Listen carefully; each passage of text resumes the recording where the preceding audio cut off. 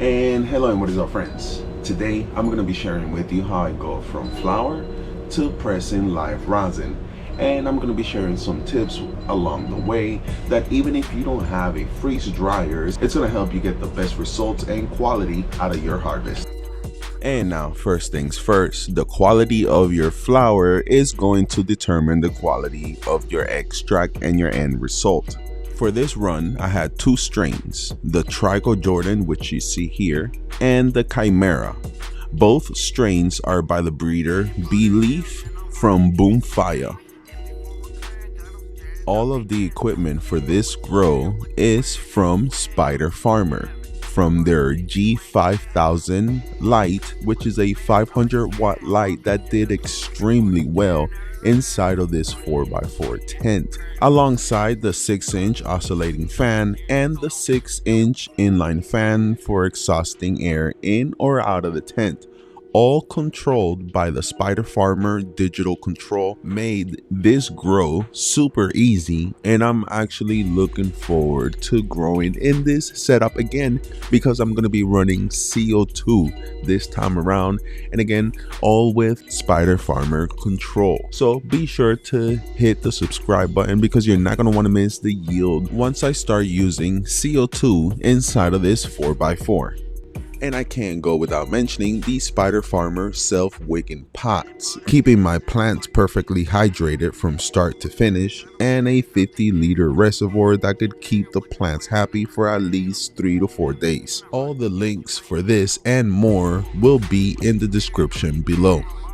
When it came time to decide how much I want to use for bubble hash and how much I want to use for dry flour, well, everything above here I'm just going to use for dry flour, and pretty much everything below the net I'm going to use for bubble hash.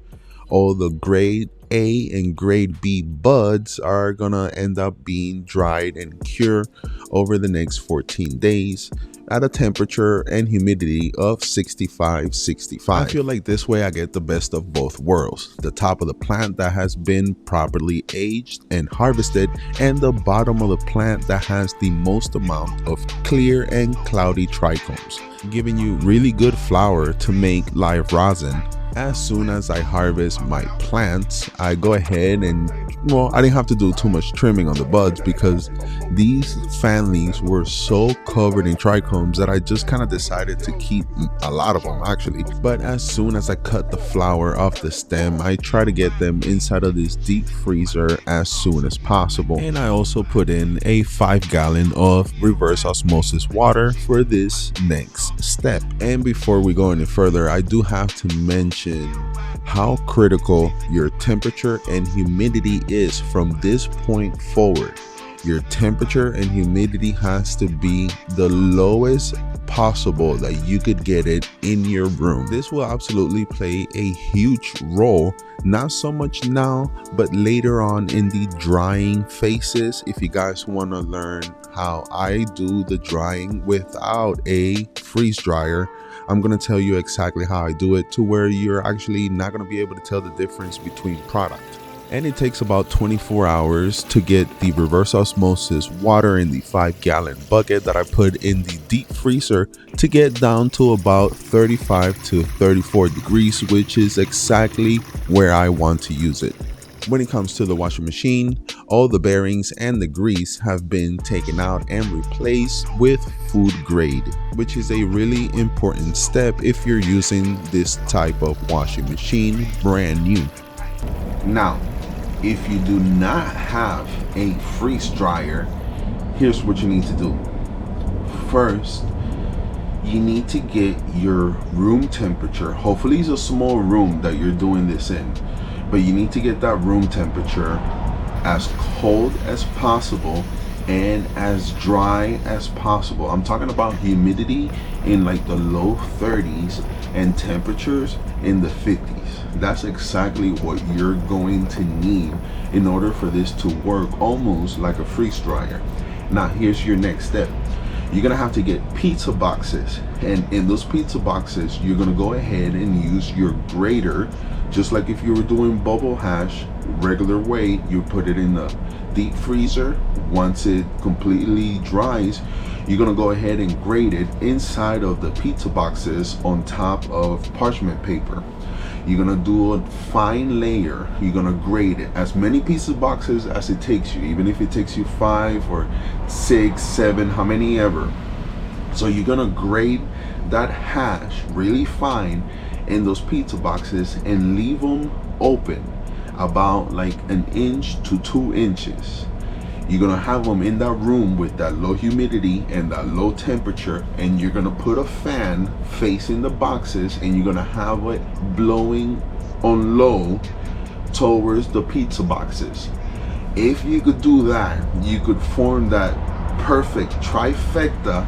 I'm telling you, you could dry your live rosin within 24 hours, and you could go ahead and press it within those 24 hours, and I'm telling you, you wouldn't be able to tell the difference between like a freeze dry and something that's been dried at home but under the right conditions.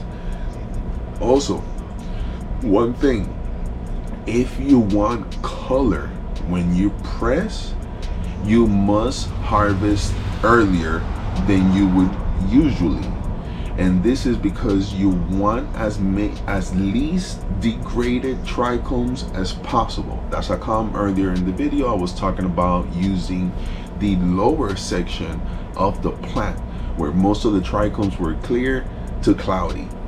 When it comes to temperature, 170 seems to work the best for us.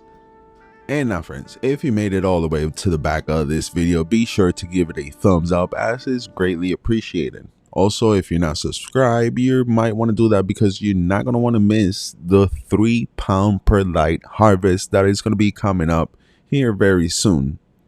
Also, if you need help with any of your grows from start to finish, be sure to check out my Patreon where I do just that.